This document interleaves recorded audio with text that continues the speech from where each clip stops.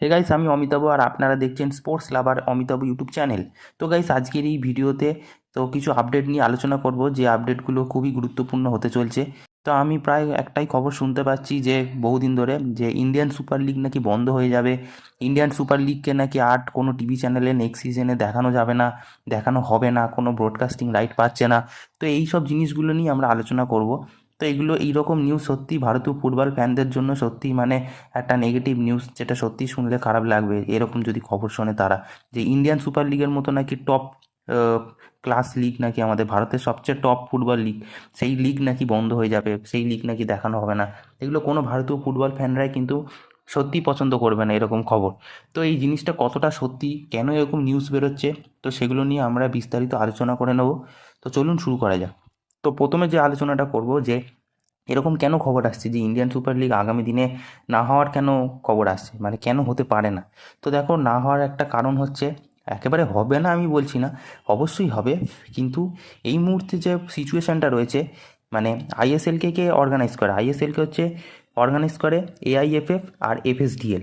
AIFF আর FSDL এর মধ্যে দুজনের চুক্তিতেই কিন্তু এই এত বড় একটা টুর্নামেন্ট, আইএসএলের মতো একটা টুর্নামেন্ট কিন্তু 2013 সালে তারা আয়োজনের ঠিক করেছিল, এবং 2014 থেকে এখনও পর্যন্ত আইএসএল চলছে।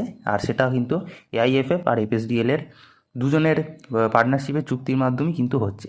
কিন্তু এখন যে পরিস্থিতি, সেটা কিন্তু এআইএফএফ আর এফএসডিএল এর মধ্যে চুক্তি বিচ্ছিন্ন হচ্ছে।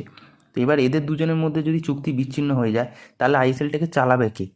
এবার যদি চুক্তি হয়ে যায় সেপ্টেম্বরের আগের মধ্যে, আগস্টের মধ্যে যদি চুক্তি হয়ে যায়, তাহলে তো খুবই ভালো বিষয়।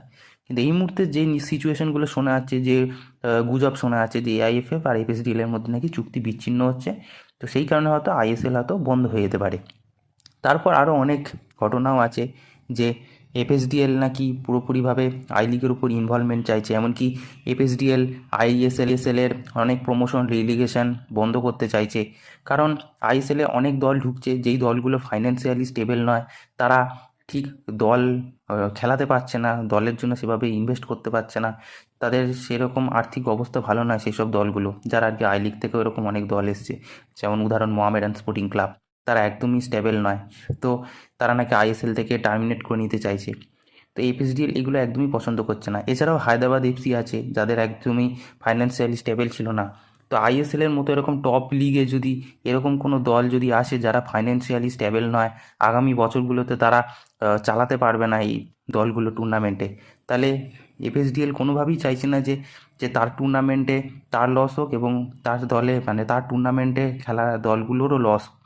তো এফএসডিএল চাইছে এমন এমন কিছু দল আসুক, বা তারা নিজেদের মধ্যে তাদের নিজেদের টুর্নামেন্টে এমন কিছু দল আনুক যারা সত্যিকারে ফাইন্যান্সিয়ালি স্টেবল হবে, এবং তারা আগামী বছরগুলোতেও তারা টিম নামাতে পারবে, টিম নামানোর মতো ক্ষমতা আছে আর্থিক দিক দিয়ে, সেরকমই দল চাইছে। এরকম দল নয় যে যারা আর এক বছর খেলে আর দল খেলানোর মতো ক্ষমতা নেই। তো এটাই হলো এপিএসডিএল এর লক্ষ্য। হয়তো এপিএসডিএল চাইছে যে আই লিগ থেকে এরকম প্রমোশন বন্ধ করতে, এবং চাইছে বিডিং প্রসেসে কিছু দল আনতে, তাদের নিজেদের টুর্নামেন্টে কিছু স্পেশাল দল, এবং এপিএসডিএল তাদেরকে সব কিছু ভেরিফাই করে দেখবে যে তাদের আর্থিক অবস্থা কতটা, আগামী কত বছর তারা সত্যি দল খেলাতে পারবে কিনা। এরকম ফাইন্যান্সিয়ালি স্টেবল দেখে এরকম দল তারা আইএসএলে আনতে চাইছে। তো এইরকমই কিছু একটা প্রস্তাব হয়তো উঠতে চলেছে, এবং তার থেকেও বড় যেটা বিষয়, হয়তো আইএসএল চাইছে, মানে আইএসএল নয় সরি, এফএসডিএল চাইছে যে আই লিগের ওপর ক্ষমতা প্রয়োগ করতে, যেটা আই লিগের ওপর পুরোপুরি ক্ষমতা আছে এআইএফএফ হাতে, যেটার কারণে আই লিগকে সেরকম টপ লিগ করা যাচ্ছে না। আইএসএল এর আগে আই লিগই ছিল টপ ডিভিশন লিগ ছিল, কিন্তু আই লিগ এখন সেরকম টপ লিগ ডিভিশন লিগ নয়, এখন আইএসএলই হলো টপ লিগ ভারতের। তো এফএসডিএল হয়তো চাইছে আই লিগের ওপর কোনো ইনভলভমেন্ট চাইছে, হয়তো কিছু পার্টনারশিপ চাইছে শেয়ার। তো এই রকম যদি হয়, তাহলে হয়তো, তো যদি আইএসএল চালাতে চায় বা দুজনে যদি আবার চুক্তি করতে চায়, হয়তো এরকম কোনো কন্ডিশন আনতে পারে এফএসডিএল, যে আই লিগের মধ্যেও হয়তো তাদের কিছু 50% ইনভলভমেন্ট রাখতে হবে। তাহলে হয়তো সেইখানেও তারপর হয়তো আই লিগ থেকে প্রমোশন করতে পারবে আইএসএলে। কারণ একবার যদি এফএসডিএল যদি আই লিগের ওপরে যদি ইনভলভমেন্ট রাখতে পারে, তাহলে এফএসডিএলও বুঝতে পারবে যে কোন দলগুলো সত্যি ফাইন্যান্সিয়ালি স্টেবল আছে, তাহলে সেই সব দলগুলো আইএসএলে আসলে কতটা মানে রাখতে পারবে নিজেদের দল, এগুলোও দেখতে পারে।